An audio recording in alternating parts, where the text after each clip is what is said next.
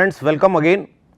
We are now coming to the end of week 4 of this course on manufacturing strategy, and all through these sessions we were discussing about the development of operations strategy, and in our last few sessions we described a 5-step process where analyzing the market, and based on those analysis of market we are developing the operations strategy.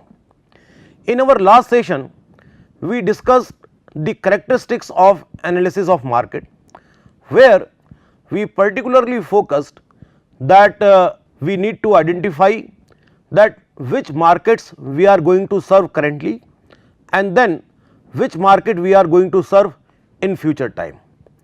Then we also discussed that for each of these markets, our current market and future markets, we need to specify order winners and qualifiers. And order winners and qualifiers, again and again we are emphasizing, are time specific, product specific, market specific. So, you need to continuously keep an eye.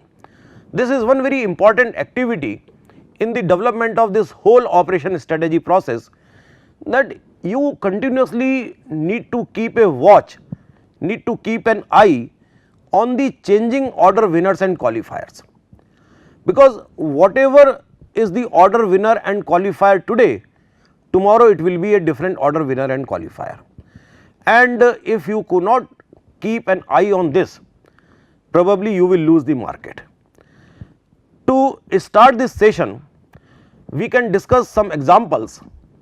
One of the example which is available from India is from the automobile sector, two-wheeler sector, where we had a very popular two-wheeler scooter, Bajaj scooter particularly, and almost most of the Indians used to have pride in driving that Bajaj scooter, and more than 80% of two-wheeler market in India was captured by Bajaj scooters.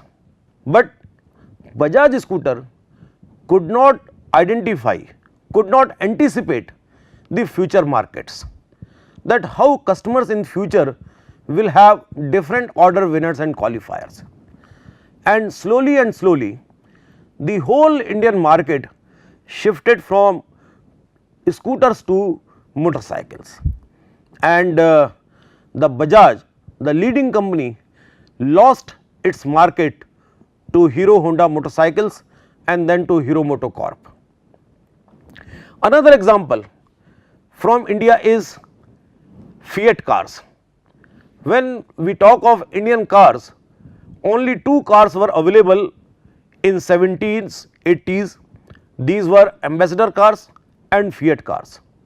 But Fiat and Ambassador, both these cars could not recognize, could not anticipate that what type of order winners and qualifiers will be there for Indian car users in future. And as a result of that, now if you see Indian roads, you will hardly find any Fiat car or any Ambassador car. They lost their market, their 100% market, to many other companies including Maruti, Hyundai, Tata Motors, etc. So, it is very important not only to identify, not only to understand order winners and qualifiers for your current market, but you also need to anticipate order winners and qualifiers for your future market. If you are able to anticipate them properly, then we also discussed in our last session that the expected contribution from particular product and the actual contribution from that product should match to a degree. If there is not proper matching between expected contribution and the actual contribution, we have not correctly identified our order winners and qualifiers. So, that is also an important aspect of our discussion of developing the operations strategy. Now, in this session we will go from this stage, that this we have already covered in our previous sessions, that analysis of market, and now on the basis of this analysis of market we will do development of operation strategy. Now, let us see that what type of different order winners and qualifiers will force us to do different type of corrective actions. What type of typical improvements we need to do with respect to these order winners and qualifiers. One of the most important order winner qualifier which is relevant to operations is the price. We have discussed price as the most important order winner qualifier for most of the time in most of the market. Though its relative importance may change, it may change from qualifier to winner, winner to qualifier, in winner also it may change its weightage, but it always remains as one of the important winner or qualifier. Now, when you are looking the current performance of price as order winner and qualifier, what are the different things you will check, and you will check in that I have a list of items available with me, and you will check that what is the actual material, direct labor and overhead cost. That is the first point you need to check, because material, direct labor and overhead costs are different.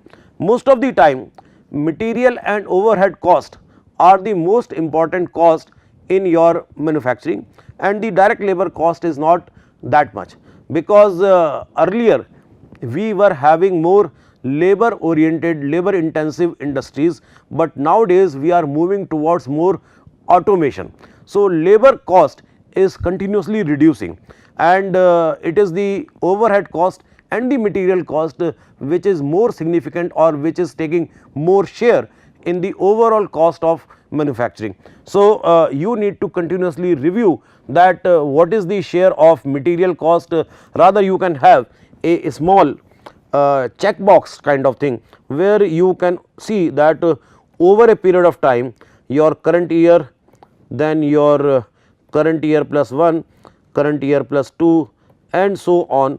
You can prepare a small table where you can see that how these material cost, the overhead cost and the labor cost is changing over a period of time. So, out of your total cost you can just mention them in percentage, and this will give you this idea that, as I am saying, that material cost and overhead cost, these two costs should normally contribute between 70 to 90% of the total cost. So, you need to see whether these two costs are within 70 to 90% bracket or not. If your labor cost is too much and this cost is not contributing to large part of your overall cost, you need to see that there is a scope of improvement, and accordingly either we need to go for new designs, better designs, so that your material cost and overhead cost should take the maximum part, and why you are using more labor, where the wastage of labor is happening, because of which the labor cost is becoming taking more share in the overall cost of production. Then you also need to see that what is your current manufacturing process, and you also need to identify area of material and labor waste, because the increase in cost is normally happening because of the wastages. So, if you need to map, if you can identify that what are the places where your wastages are happening, these material waste, the labor waste, so you need to see that I reduce these material and labor waste. You are using labor, so which work can be done by single person, you are involving 3 person on that work. So, that is the wastage of labor. So, you need to see that labor is also a very important resource, and resource in terms of cost, in terms of money. So, if you use more labor, that I will say is the wastage of labor. So, we need to see that how many persons are sufficient for performing this particular job. If one person can perform that job, if you go to some of the European countries, if you go to American countries, you will see that a bus is operated by one person only. The same person acts as a driver and as a conductor and as cleaner also. But if you see some of the countries like India and other such developing nations, you will find that a bus is operated by 3 persons, driver is a separate person, conductor is a separate person, cleaner is a separate person. So, it is the wastage of labor which some of you may argue that it is providing more employment, but if you want in terms of competitiveness, because of wastage of labor your cost increases and then you lose competitiveness. So, the whole idea of getting employment is no longer valid. So, we need to identify that where our wastage of material and wastage of labor is taking place. Then you also need to review mix of production volumes in the operation, that what type of production sequence you have, because that also create some kind of idle capacity, some type of unused resources, because if your production volumes are not appropriately set, you incur additional overhead cost. So, to minimize your additional overhead cost, because if you have too many changeovers, too many setups, so every time whenever a product is changing, so you need to again set your machines, your processes, so your machine processes are idle during that time. So, you increase your overhead cost. So, you need to see that how to reduce process changeovers and setup times. So, if you are able to reduce the process changeover and setup times, so that will help you in reducing the overhead cost. So, this is also important that your production volumes are set in such a way, your production scheduling should be done in such a way that you can minimize the changeovers and setup times. And then you also need to see that what is your annual production volume within a particular product range. Your organization offers a wide variety of product, you have large number of SKU. So, within that large number of SKU, you also need to see that how to arrange, how to sequence the production of different products. So, this will also help us in reducing the process setover and changeover time. So, both these reviews will help us in reducing the changeover and setup time. Then you also need to see that what is your overall production run length. More production run length, your cost of production per unit will reduce. If you have a smaller production run, then your cost of production will be high. So, need to have, once you are able to do aggregation of your annual requirement, annual demand, then you can appropriately design longer production runs.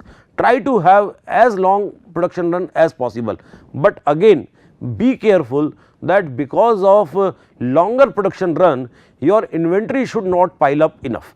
If you have a long production run to reduce your cost of production, but if it increases your inventory, finished good inventory, then the benefit of reduced overhead cost or reduced cost of production will be compensated, will be neutralized by the excessive holding cost of inventory. So, again you need to have a careful thought you need to give that what should be the optimum production length, so that your inventory holding cost should also not increase.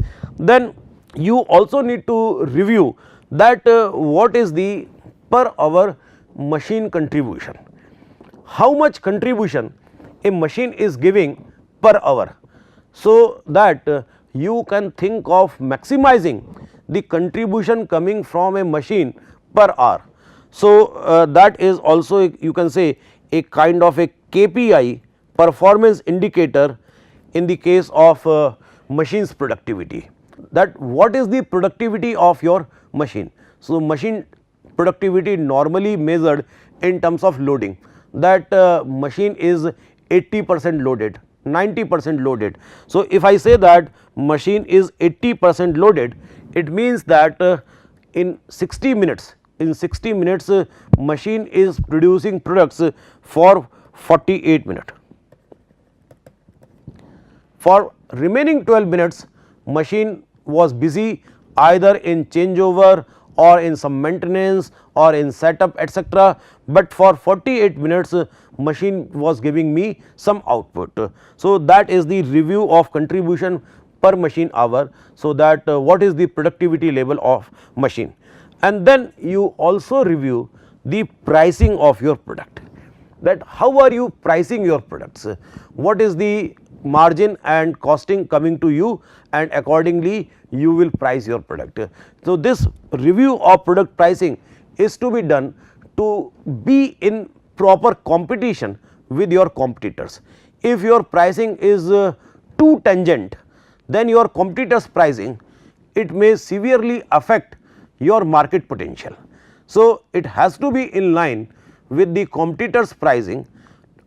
Only in case of introduction stage of your product life cycle you may play with your pricing, but later on when your product goes into the growth or maturity stage, then the pricing should be in line with your competitors pricing.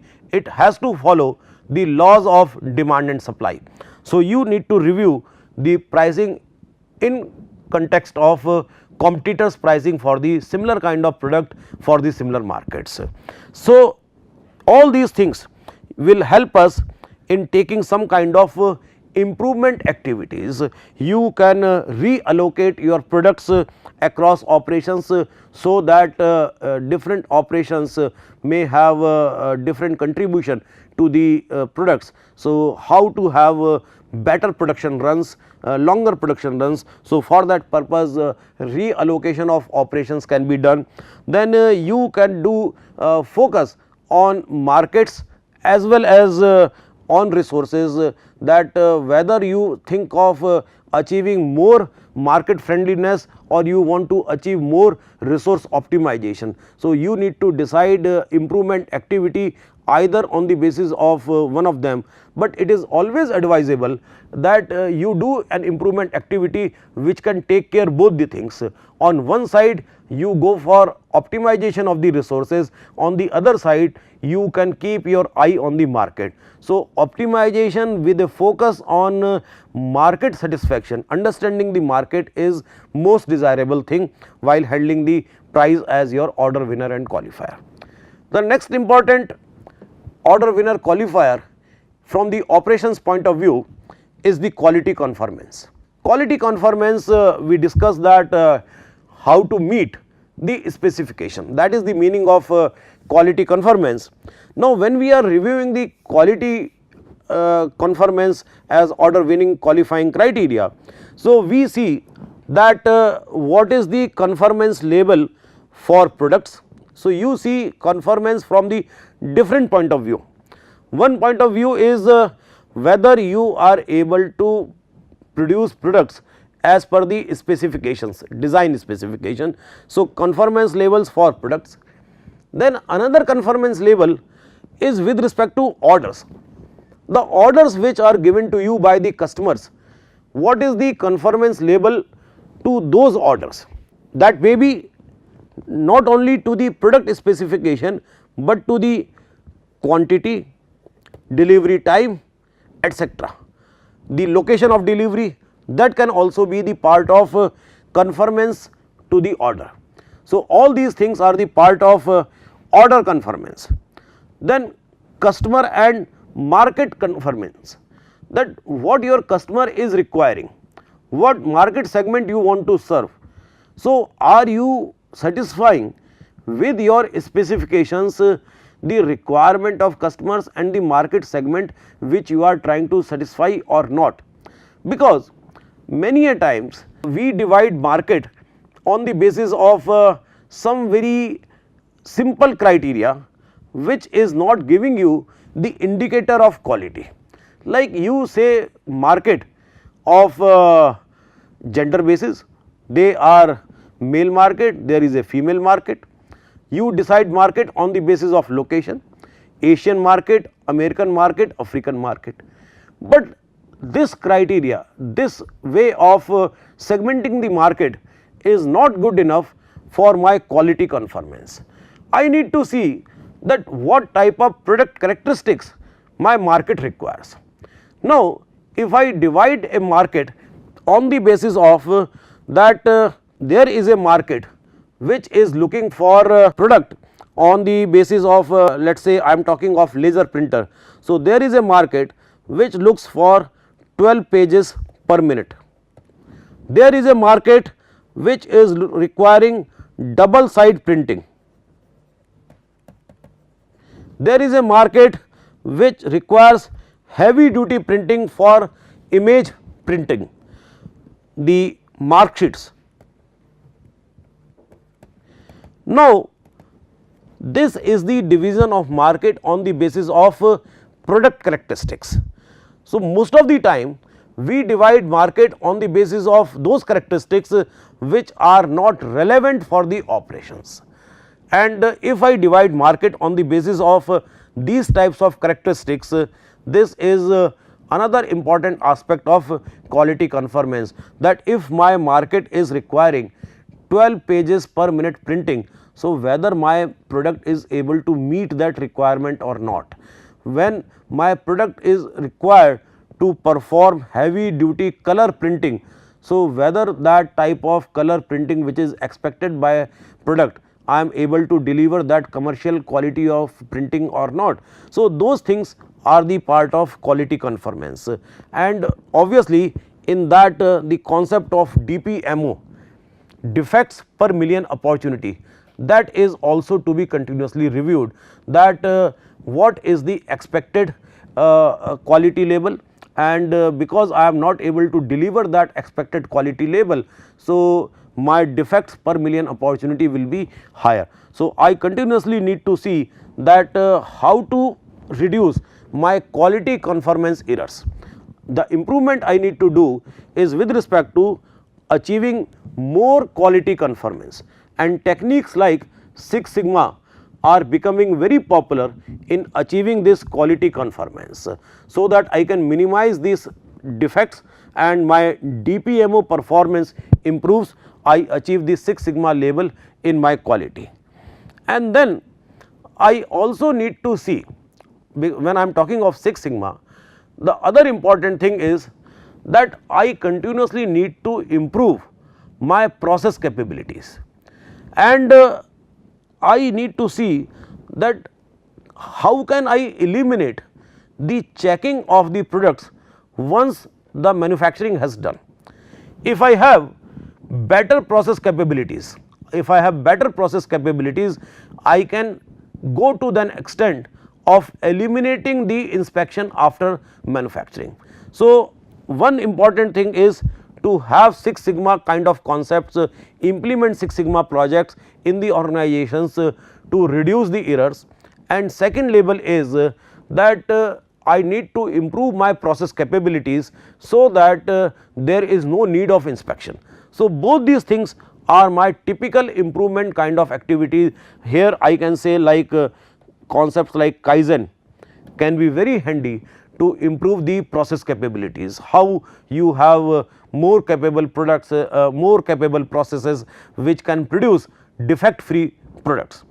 Then another important order winner qualifier can be delivery reliability or on time delivery.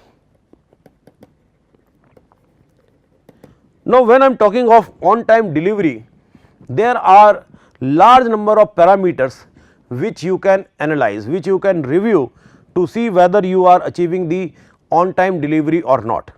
So, you can see that you can review delivery performance for products, orders, customers and market segments.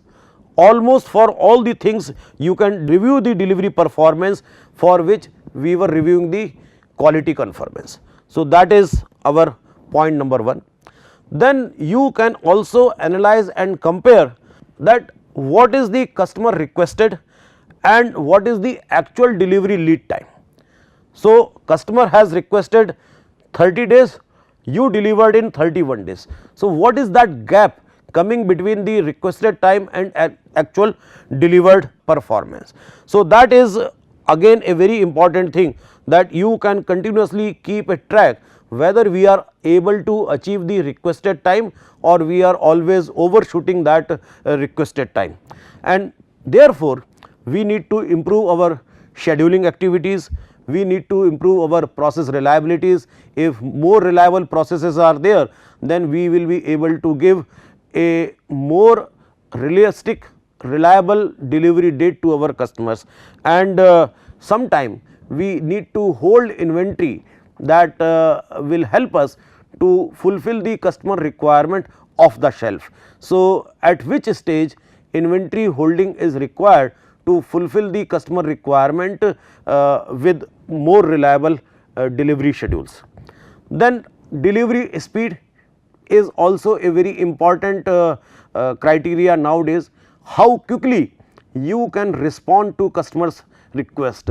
So, you again require to compare the customer's request time and your actual delivery lead time. So, same thing what we discussed in the on time delivery, here also in delivery speed we discussed that what is the gap between the demanded time and the actually delivered time, and we do this for all the operations lead time, that for process A, process B, process C, that how much gap is coming between the demanded time and the actual delivered time. And therefore, we need to see, because we need to continuously improve our delivery speed, we need to continuously deliver products on a faster rate. Many a times it becomes a very important order winning criteria, and for that purpose we need to eliminate our waiting times. We need to schedule our systems in such a way that waiting time can be eliminated from various process steps, and also we need to eliminate the wasteful activities. We will discuss in one of the session about lean manufacturing, and that lean manufacturing is all about how to eliminate the wasteful activities, because these wasteful activities are not adding any value to the product, rather they are consuming your resources in terms of time. So, that is also a very important improvement activity we need to do for improving our delivery speed. So, we discussed that some of the important order winners qualifiers, price, delivery, quality and delivery speed. So, that what are the review elements, and after reviewing those things how to improve based on these review results, and these things, these improvement activities will actually help us in finalizing the operations strategy.